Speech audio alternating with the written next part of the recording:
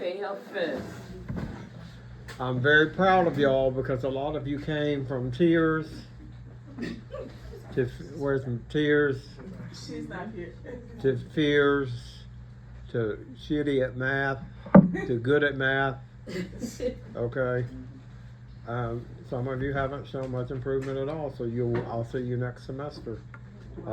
That's just the reality of how it goes. All right. There's nothing in this class that I didn't tell you about from day one, from drug calculations to how it was gonna roll. So I hope you've learned a lot. I'm hard on you because you're easy on yourself. Okay, and the harder I am on you, the better student you are, and the likelihood that you will get your nursing license, it will be greater, and then that means I've done my job. Yes, sir.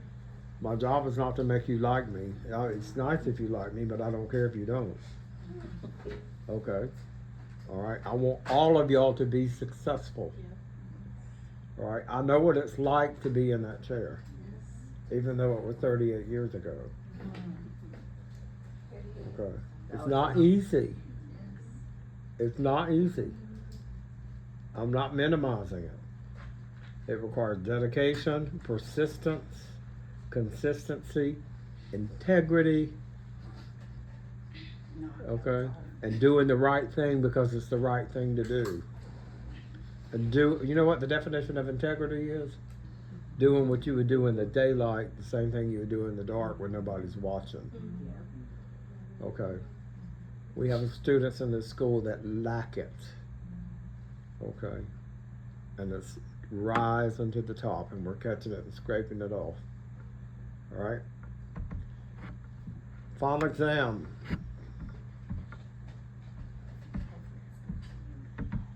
Two, 2122. All right. It's 100 questions. You have a question about patient teaching and using an inhaler.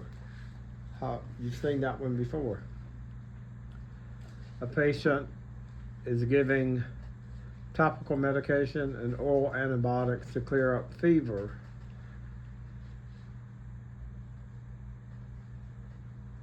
Okay, this is a pediatric patient. And you have to tell if the meds are being effective. Okay?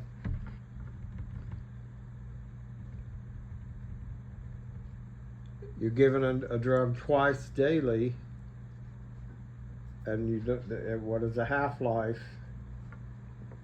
and what do you do next? Okay. Remember how to connect the half-life, pharmacodynamics. You need to know the drug Bethanacol, a cholinergic agent. What's it for? And what are the side effects?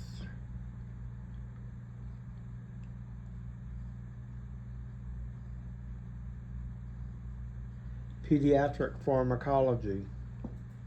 What does the 2012 law say about that? Okay.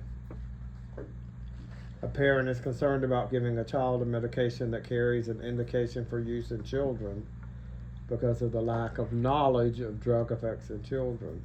You know, children aren't just little adults. They have different metabolisms. They have different processes, the way their pharmacodynamics and pharmacokinetics work. All right, you're given IV to an adolescent.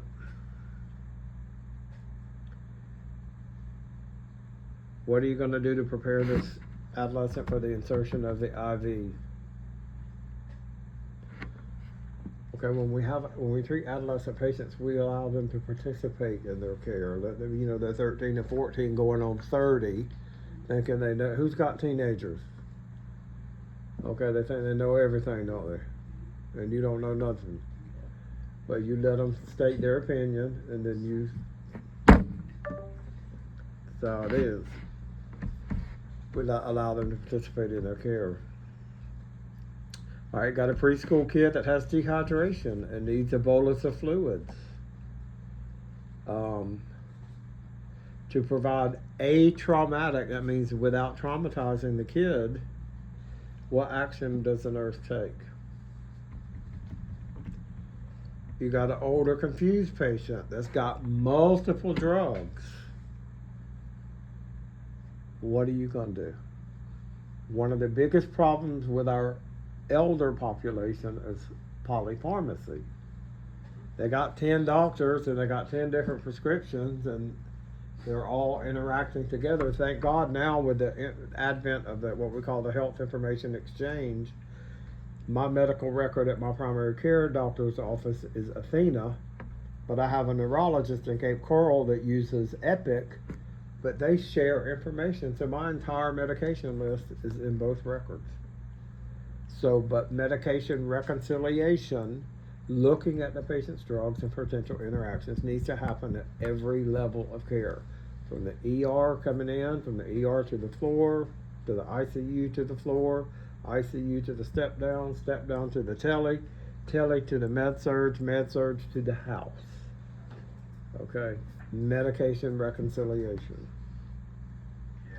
You got an 82-year-old patient who's taking multiple prescriptions and over the counter. Which one is not considered a barrier to effective drug therapy for this patient? So when we talk about our geriatric clients, a 75-year-old patient with recurrent pneumonia.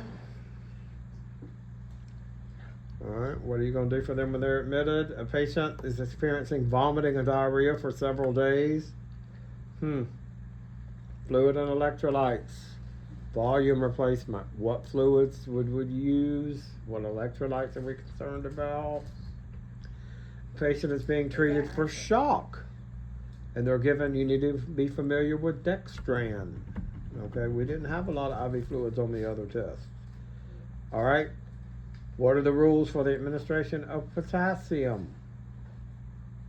No P, no potassium. No pump, no potassium. Okay, no potassium level prior to, you don't know, why are they getting it? What organ is affected? What is the normal potassium level? There's another one about potassium. Digoxin, critical drug. What are the rules about digoxin? Okay, you know, apical pulse. We check what electrolyte. Potassium. What if they're on digoxin and furosemide? Okay, and their potassium's low. When you give them that digoxin, where are you gonna send them? The morgue. Okay. Got you working in ICU and you got a patient with a potassium of 2.9. Ooh. And they're on DIG. Would you give the DIG? No. Okay, I hope you don't. All right, you need to know about the drug bethanechol.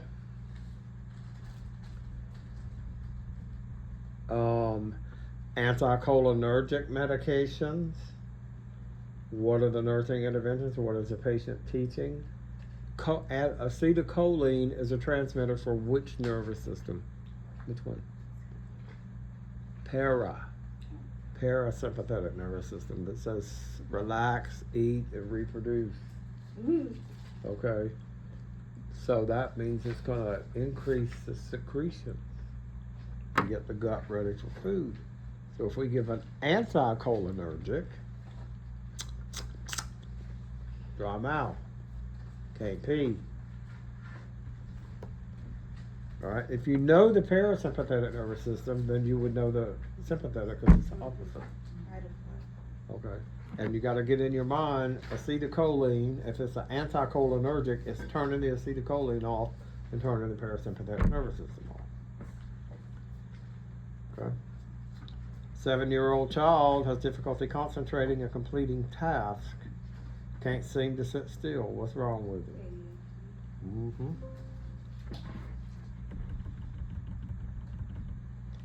Adolescent who's been taking methylphenidate, that is a Adderall, for 6 months. Okay. Parent expresses concern that the child seems less focused and more hyperactive. What are you going to do? Report it to the nurse. I mean the doctor because it's not working. Yeah, probably. A patient reports difficulty staying awake in daytime despite getting adequate sleep. What drug do we use to treat that with?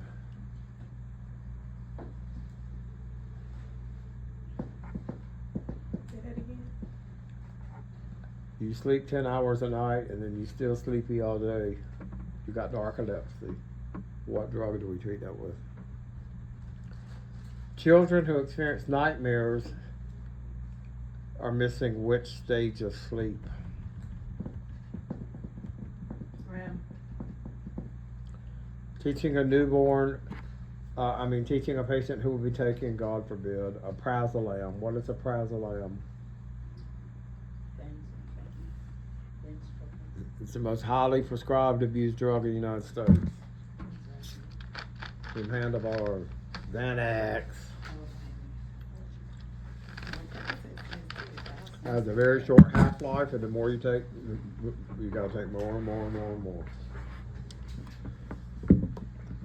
Patient teaching for that drug. Older adult has difficulty falling asleep. Which one of these drugs is a sedative hypnotic? So you gotta know your benzos from your barbiturates. Question about benzodiazepines. You're getting a patient ready for surgery. Why do we give midazolam and atropine? What is midazolam? It's a benzo. It's Versed. Okay, you'll need to go back and review those analgesics. Yep. And why do we give the atropine pre-op? It's an anticholinergic, so it dries up the secretion so that when anesthesia goes to intubate them, they're not going through a river. Okay. Patients getting, you're doing a health history. Patient who's ordered to begin therapy with valproic acid, which is Depakote. Which aspects of the patient's medical history would the nurse be concerned about? And what's the normal Depakote level? Got a 25-year-old epileptic patient taking phenytoin. What is the interaction between anti-seizure drugs and oral contraceptives? What does it do to the oral contraceptive? They don't work. You better get an IUD or you're gonna look like that. Right? Patient's been taking Depakote for several years and calls the clinic to report a recurrence of seizures. The child is having 4 to 5 seizures per week, but is not currently seizing. Which action are you going to do first?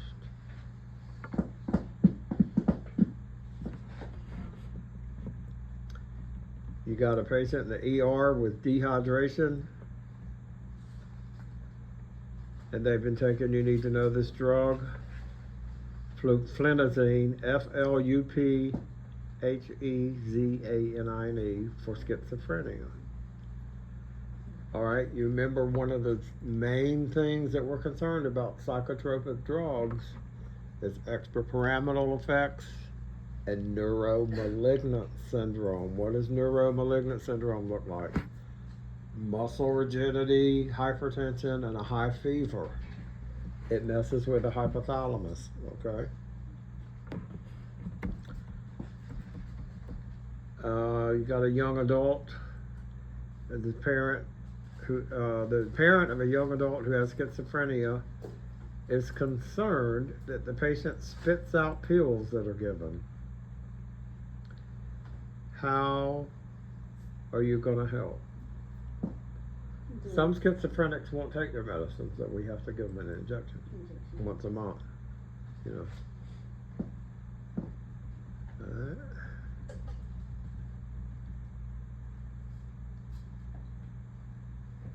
You need to know the difference between the first generation and second generation antipsychotics. This is one of those, and please read the question. Which statement by the patient indicates the need for further teaching? A lot of y'all get messed up because you don't read it like it's written, and you say, which one indicates that the teaching was adequate? Which one indicates that teaching was not effective? You see the difference? If the teaching was adequate, they'll say the right thing. If the teaching was not effective, they say something stupid, like I can take my Lasix once a week instead of every day. All right. Patients come to the ER with decreased respirations and somnolence. What is somnolence?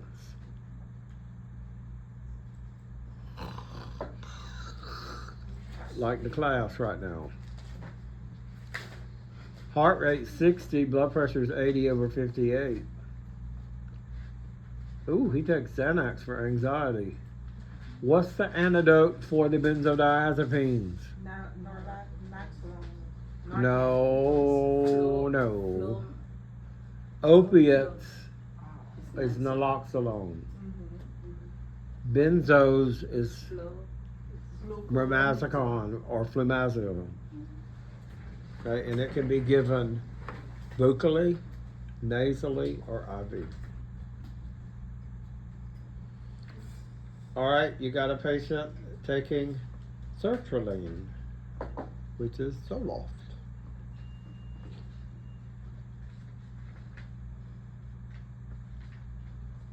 Reports being unable to sleep. Depressive symptoms are managed well. What do you think the nurse is going to do next? Wait, repeat that. The patient has been taking sertraline 20 milligrams every day for several months and reports being unable to sleep. His depressive symptoms are well managed on the current dose. What nursing intervention are you going to do? Ask them when they're going to take it. When do they take it? Change the time they take it. Change the dose. Whatever. That's the question for you. You even need to remember about the MAO inhibitors and the contraindications. Cheese and wine. Okay. Monoamine oxidase inhibitors. Remember, they can cause that hypertensive crisis. All right.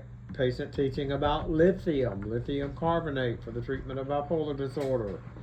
What's the therapeutic lithium level? What is all the patient teaching? All right. Ibuprofen. What type of drug is it? It's an NSAID. Okay. It's not working. She still says her pain is a 7 on a 10-point scale. And then it gives you a list of drugs that you contact the provider to ask to go up to, which one you're going to go up to. You know, some of the NSAIDs are more effective than others.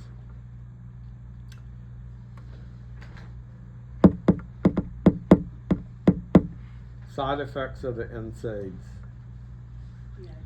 You have questions about gout.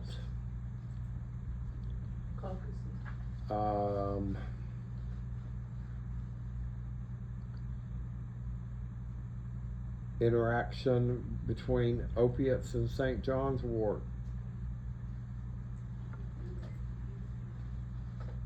Patient with a fractured leg and a closed head injury after a motor vehicle crash. Pain at level 3 on a 1 to 10 scale. Which analgesia do you think they're going to get?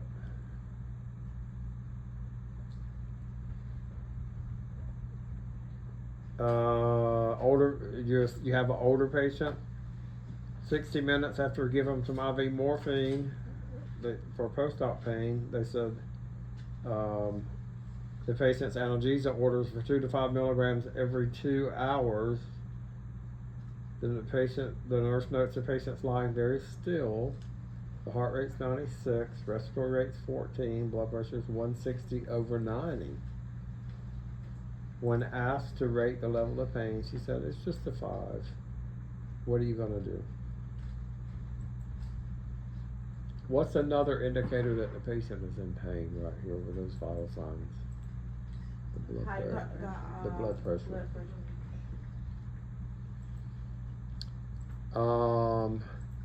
sumatriptan for migraines.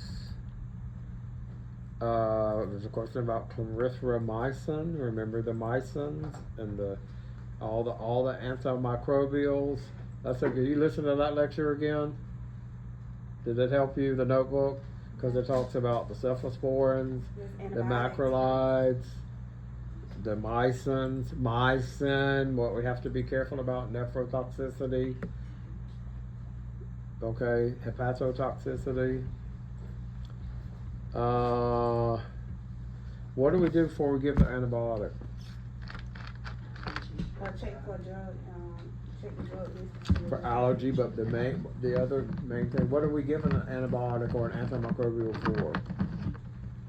Infection. So we want to get the culture. Right. Question about the medication doxycycline. Patients receiving sulfadiazine. What should their daily fluid intake be? There's a question about Bactrim, trimethylene sulfate. What lab test do you need to check? Okay. Say that question over. A patient is taking trythorprim, sulfamazole, which is Bactrim, okay, to treat a UTI, and complains of a sore throat. The nurse will contact the provider to request an order for which test. Of what?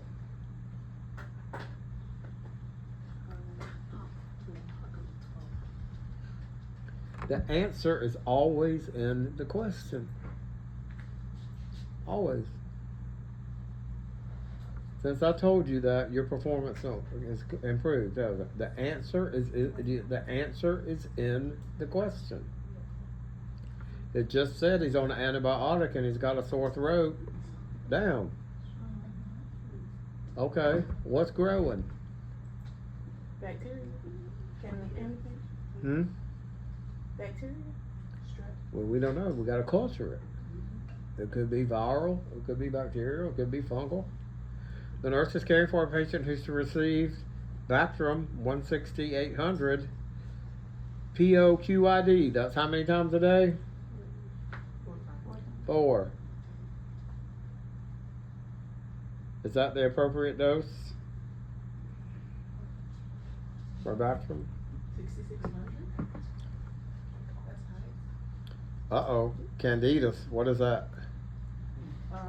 You ever been on antibiotic therapy for a while and you go to look in the mirror and your tongue's solid white? It's thrush, right? All right. What do you teach the patient about this? What drug do we use to treat it? Yes. All right. HIV patients, it's going to be taking micafungin. We haven't talked about that drug. To treat a candida infection. Patient teaching. That's like a mouthwash or something. No? No, you got to consider what the other underlying diagnosis is, HIV. Patient who's traveled to an area with prevalent malaria has chills, fevers, and diaphoresis. What is diaphoresis? Sweaty. The nurse recognizes that what stage of malarial infection is this? And there's 4 stages, so you need to know those. That's in the first stage. Huh? That's in the first stage. But it's called either erythrocyte, erythrocytic, induction, prodromal, or tissue. Certainly not incubating, because when you're incubating, you're asymptomatic, right? Patient traveled to a country with prevalent malaria. To prevent contracting the disease, the provider has ordered chloroquine hydrochloride. You take it a week before. What schedule? How do you dose that drug? You take it a week before travel or something like that. Figure it out.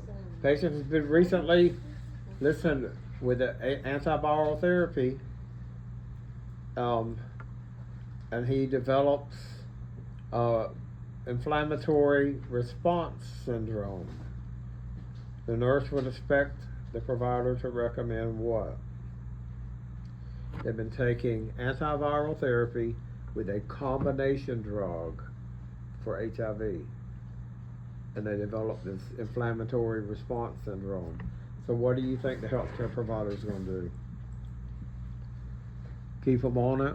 They're gonna have to take them off one of the drugs because it's a drug reaction. The nurse caring for a patient hospitalized with an asthma exacerbation. Taking diphenhydramine, which is what drug? Again. Huh? Repeat it again. Diphenhydramine. It's the first generation histamine, antihistamine. Benadryl. Okay, at night to help with symptoms of allergic rhinitis. Allergic rhinitis is what? Yep. And cough.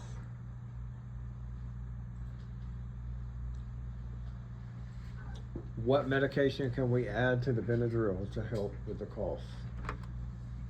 Begins with a T. And that's like something you wear around your neck. Remember the Tessalon Pearl? Benzoate. Okay. Patient with a persistent non-productive cough. Ask about medications that will help with her cough but not cause sedation. Which one's that going to be? A lot of these antihistamines cause sedation. And some of the cough syrups and the expectorants have things like codeine and promethazine. People driving around drinking that syrup. Okay? Y'all know what I'm talking about. But benzoate or the Tessalon pearls don't cause sedation. They just burst and cause the liquid secretions to thin. Alright, you need to know about all the breathing treatments. Ipratropium, albuterol, corticosteroids, chronic bronchitis, tiotropium. What flavor is it? Is it a beta agonist? Is it a corticosteroid? Is it an anticholinergic? What flavor is it? You need to know about theophylline. You need to know about atrial fibrillation and taking digoxin and the rules of giving dig. Okay?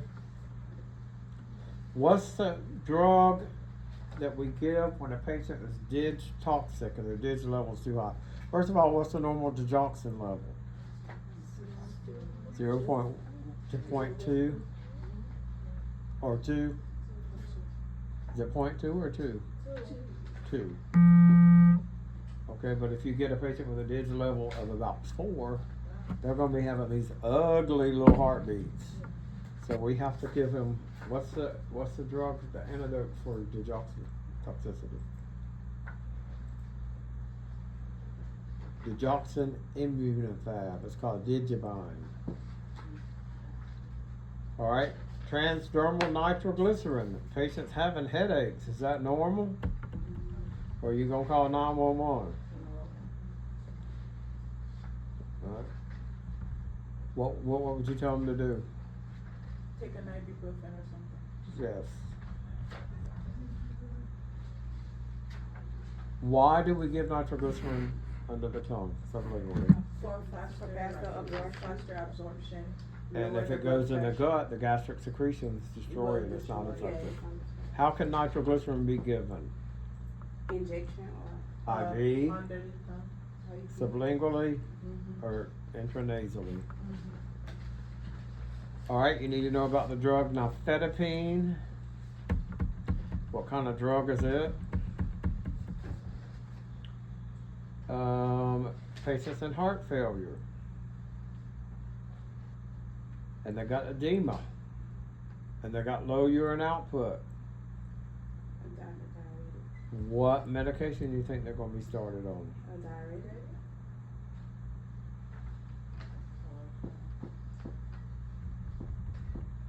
Nurses caring for a patient receiving Lasix and an aminoglycoside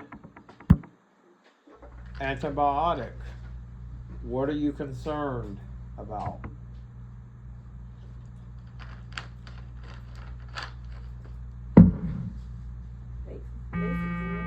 Lasix is furosemide. That's a diuretic. And the aminoglycosides are also renal toxic, right? They can be. Losing too much potassium. The nurse will be most concerned if the patient reports which symptom. Think about it. If I give Lasix, what am I gonna cause? Ringing in the ears. Aminoglycosides are also nephro and ototoxicity. So if I've got a patient that's on both of those drugs, what would I be watching out for? Kidney. Tinnitus. You gotta put the pieces of the puzzles together now.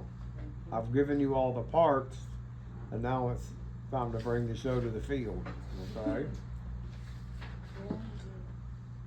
Alright, patient teaching with furosemide and a patient who's just been on steroids for 2 weeks.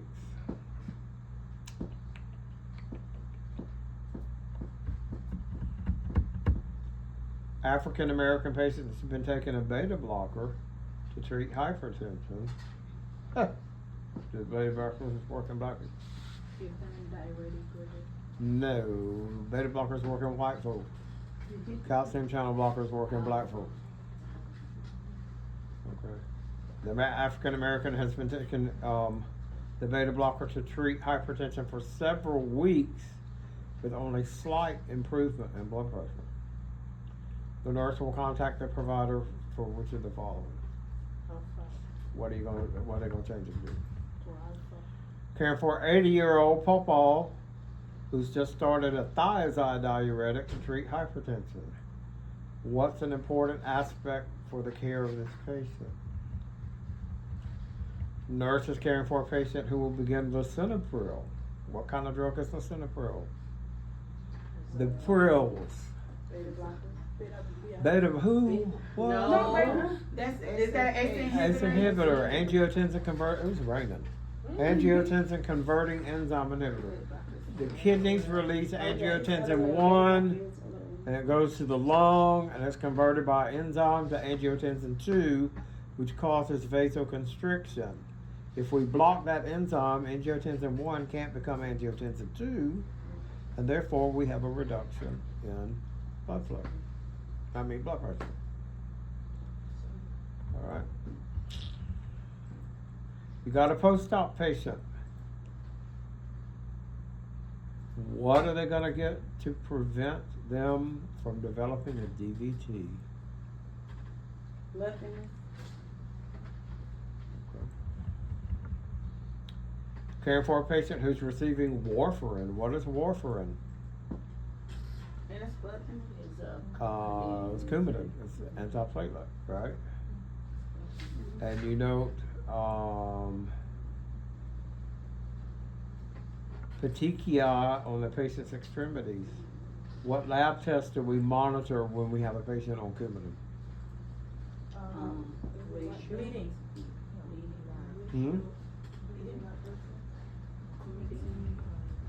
What's the antidote for Coumadin? Atropine sulfate. Vitamin K. Vitamin K. Yeah. And if they are on Coumadin or eating lots of salads and green leafy vegetables, Coumadin's not going to work. Yeah. All right, clopidogrel. That's Plavix and aspirin. Most patients going for orthopedic surgery are started on something like that because the greatest risk of developing a DVT or a clot or an embolus is with pelvic surgery, orthopedic surgery. Okay? The nurse will assess the surgeon, call the surgeon and provide which instruction to the patient. If a patient if they're on dual antiplatelet therapy, clopidogrel and aspirin, okay, usually for coronary artery disease or prevention of clots, and they're getting ready to go to surgery, do they need to take that medicine up until the day of surgery? No. Stop Okay, it. so how long and when? Is it 40 days? I'm not telling you, you should know. A week A patient who has intermittent claudication, what is that? Intimidating from the I walk and my calves hurt. Mm. Okay? Intermittent claudication is muscle spasm and pain. Okay?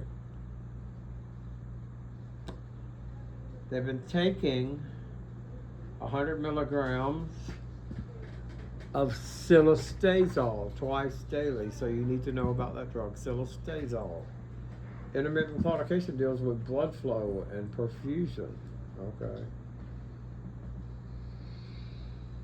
The patient calls the clinic and reports pain in both legs during exercise. What are you going to advise the patient? Alright, you got a patient who just comes back from the OR and they're nauseated and they're vomiting everywhere. And they're ordered promethazine, which is also Phenergan. We rarely use this because of the wonderful drug Zofran or Dancetrol. Which aspects of this patient's health history would be of concern? So what that's essentially saying, if you got an order for this drug and this patient has this disorder, they shouldn't get that drug. What's one of the number one things that we've said are contraindicated with these phenothiazines and these anticholinergics and all of that? Glaucoma. Right? Okay. You need to know the drug propanthyline, bromine, and omeprazole. Sneeze. What is omeprazole? Who says PPI? Good. Okay. They're taking both of those, and they're taking an antacid. So what are the instructions? Before, after, with? With milk. Okay.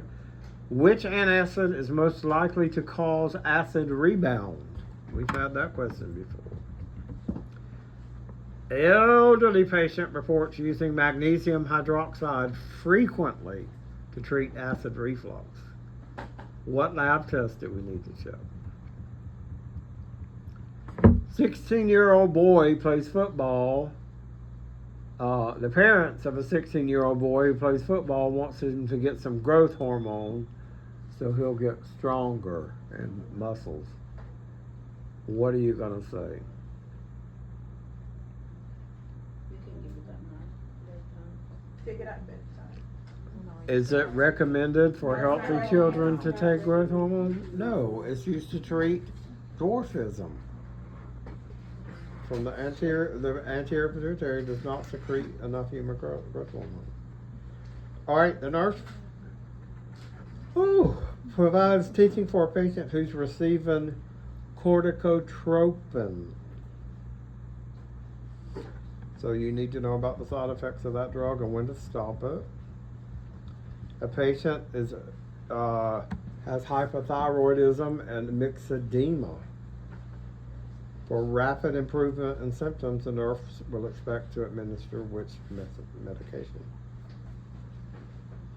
Type 1 diabetes is to begin taking levothyroxine. What is we need to monitor the patient for? What electrolyte disturbance? Hypocalcemia caused by the parathyroid deficiency. Which medication do you think the patient's going to get?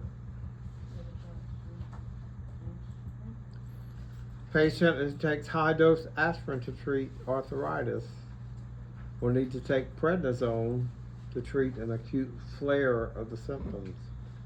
What action will the nurse perform? Okay. Uh-oh. Some ding-dong nurse practitioner comes in and says, give them 20 units of IV NPH. What are you going to say? No. What's the only kind of insulin you can give IV?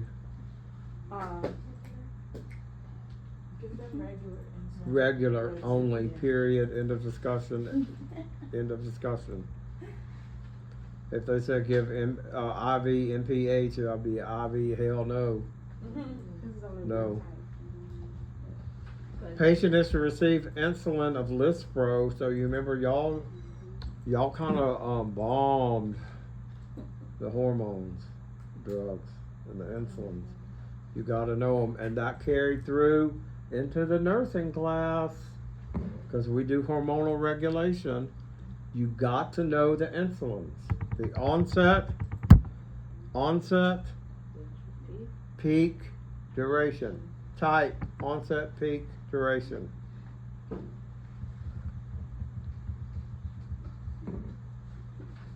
Storage of insulin. Alright, little lady's got a UTI. She says she has difficulty taking her medications. Which drug could the provider select when treating this patient to help adherence due to its efficacy as a single dose treatment? It's once a day. So there's several drugs here that are used to treat UTI, but which one's once a day? You need to know about the drug nifredacin or microdacin. Pregnant woman has morning sickness. Ask the nurse what she can do to decrease her symptoms. What, go to Checkers? Or Wendy's? Or Chipotle? You said she having crackers. She got morning sickness. Oh, crackers and ginger ale. Or some gin juice? It's crackers. Alright, caring for an infant who's 2 days postpartum and the infant has a poor sucking response. Which of the following medications can contribute to delayed breastfeeding with a poor sucking response if used up to 4 days during labor? You're gonna have to investigate that one. The nurse is preparing for a woman who's in labor, and she has a lumbar epidural, and explains that she will get a continuous infusion of epidural anesthesia. She asks, what if it doesn't work? What if it's not effective? And what's the nurse's response?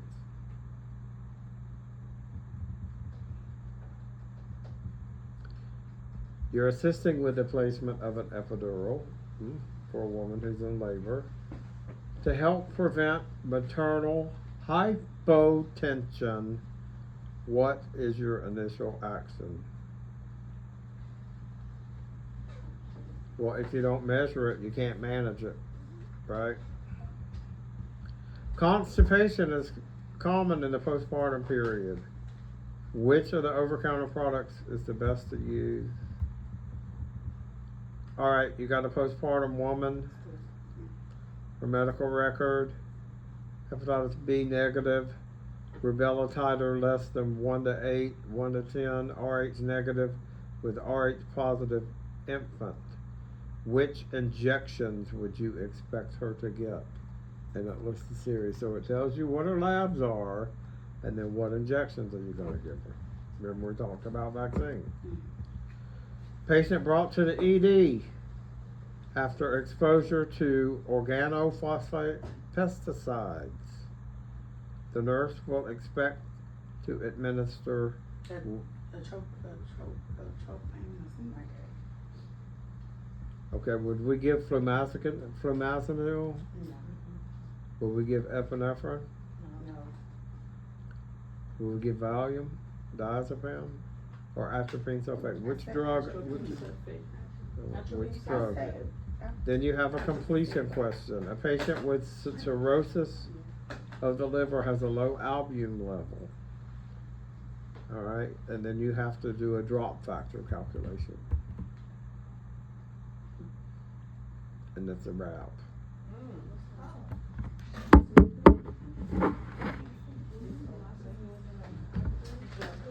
Thank you.